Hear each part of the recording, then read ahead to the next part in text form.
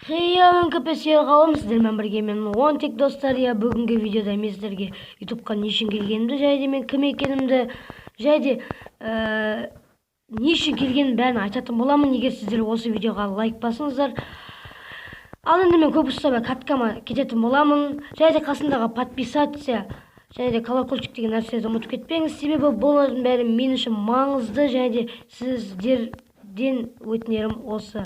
Достар, енді міндетті түрде лайктарыңызды басып арнаға тіркеліңіздер. Ал біз видеомызға кеттік. Гоуде, погнали. Достар, міне біздің өте кереметтік бірінші каткамыз басталды. Біз қазір деген дуэльде ойнап жатырмыз, яғни карта классик. Енді достар, айта берейін, достар, мен бұрында каналым болған. Ол канал менде негізі оның алдында 4 каналым болған. Бірінші каналым блогер онталап, яғни бұрын влогта түсірген. Ол каналда актив түсіп кетті, және де хейт ететті, яғни көбісі хейтерлерім болды. Сондықтан мен ол каналда дұрыс видео түсіре алмадым, сондықтан мен кетіп қалдым. Одан кейін енді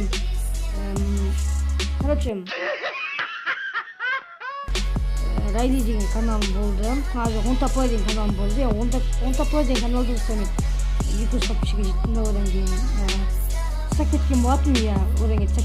Одан кейін сосын Райли деген каналым болды. Ода 800-ге жеттім да. Одан кейін ол жақта актив түсіп кетті. Соның кесірінен мен осы 10 айдан кейін міне енді канал аштым. Алдағы уақытта достар, мен дамитын боламын. Сондықтан маған тіркеліп лайк басыңыздар.